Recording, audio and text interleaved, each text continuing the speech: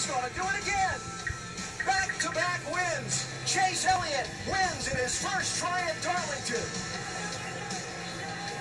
Come on, are you kidding me? 18 years old and did it again? The young kid from Dawsonville gets his second win in the NASCAR Nationwide Series in just his 7th try. I couldn't believe last week, much less here at Darlington. This truly is a dream come true. What a good rookie season for Chase so far. In the last couple of years, we've actually had a good look at some very good rookies in the Nationwide Series. You look at some of the numbers from our first-year drivers this last couple of years. Austin Dillon, 2012, had a win, a bunch of top 10s. Kyle Larson last year, no wins. Fixed that up this year, of course, but average finish was pretty good. And then Chase this year kind of outdid them all. 3 wins, 16 top 10s, average finish better than 10th. I'm assuming, sir, that you like those numbers. And I did ask you when you walked in here if it felt like April 4th Texas win was so long ago. What does it feel like? It did. It feels like it's been a while, but that video, it gives me chills watching that. That's cool to look back on, and obviously, the stats are, they're good. We'd like them to be better, so we're going to try to step up and hopefully try to improve those numbers tonight. I'll tell you one thing I like watching is a young driver, a new driver, go to all these different racetracks. Brad, whether you're going to Daytona or you're going to the road courses, you're going to a short track or a mile and a half or something like that. Every week we have a production meeting. A conference call about 10 o'clock on Tuesdays. And I said, well, you know what? Chase made it through this week, and let's see what he does next week. Yeah. And I said, hey, he won Texas, but, man, he's not going to win Darlington because that's the hardest out there. I mean, for you to go through all these different discipline of racetracks and conquer every single one of them and make it through Mid-Ohio last week also, it's just remarkable. I think the job you do is just amazing, conquering all these different style of tracks. But you finished 9th here, the very first race right here at Bristol. How comfortable are you at this particular racetrack knowing that those guys been out there hitting that wall all day long and you got to run 1 inch off it to run fast? Yeah, absolutely. I wouldn't go as far as conquering the racetracks, but we're certainly trying. But like you said, the way the groove is now, it's right up against the wall. Everybody can see that, and it, has a lot of, similarities to Darlington in that sense.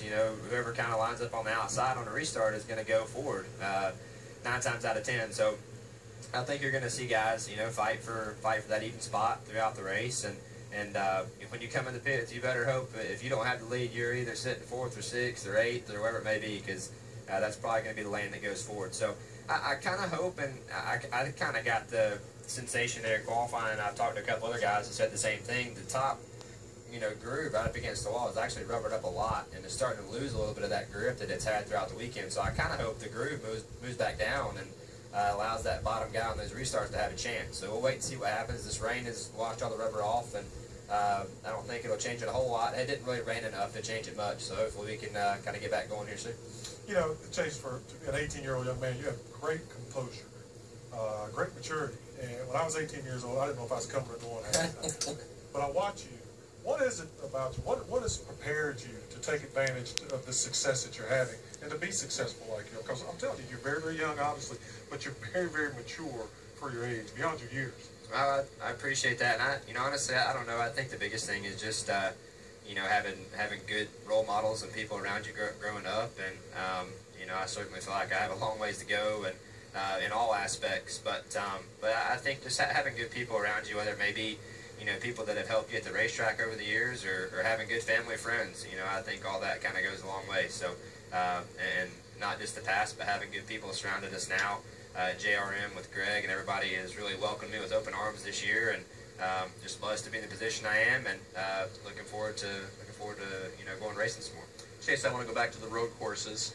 Last year, your teammate Regan had a lot of trouble. This year, much improved. He got his way through the road courses so much better than he did last year. How would you assess the 2 road course races, the fact that you increased the championship lead through them?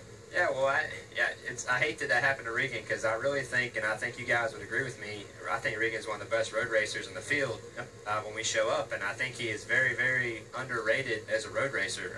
Very, very talented racer in general, but the guy really knows how to get done on road courses, and I learned that this year. And the finishes that they had last year were definitely made no sense to how they ran, throughout those races. So I was happy to get through the road courses the way we did. Definitely could have been a lot worse, but on the same token, it could have been a lot better. And we finished, I guess, 4th twice and a 6th. Then looking at that and where we finished, we had okay runs and the result was okay at the end of the day, but from first to fourth or sixth or where we finished, there was a big gap of speed, and I'd like to narrow that up. So from being able to finish fourth to win the race was a big difference. So a lot to work on before we go back. It's no secret that you're losing your crew chief next year. Yep. You had a guy who's really tutored you along like Greg Ives. He's been fantastic for you. He's going to be Dale Earnhardt's junior crew chief next year. What are you thinking about the move, and are you comfortable with what's going to happen for next year with you? I am. I'm excited about it. I think Ernie's a top-notch guy. And Ernie Cope, you're talking about? Ernie Cope, yes, sir. And I think too, Ernie. One of the things I really like about him is he's a racer. It's simple as that. He's a racer. He loves to race, and I think he's going to do a phenomenal job. I'm looking forward to working with him. I've had the opportunity to work with him a little bit at Road America this year, and really on a week-by-week basis, from the teammate side. So he does a great job with Kevin and Casey or whoever may be driving the 5, Josh Berry and whatnot. So Austin Terrio as well. I don't want to leave him out, but and I think Greg, as he moves on, that's an opportunity that you can't pass up, and you can't just let that go. When he got that call to go do that, I think he was worried that I'd be mad or whatever it may be, but I was like, man, that's something you can't let go. So I'm excited for him. For all the fans out there that are worried about it or hate to see Stevie go, I think Stevie and Dale have obviously been a great pair, but at the same time, I think Greg's going to do a good job, and nobody should be surprised when they have success, because I think Greg is going to get the job done just as good. So you got a few more races to whoop these boys. You win your nationwide championship this year. Next year, you're going to drive the Cup car. So how many races are you going to run the Cup cars? I hope you're right about all that. Yeah, I'm right about all this. Yeah, Brad knows everything.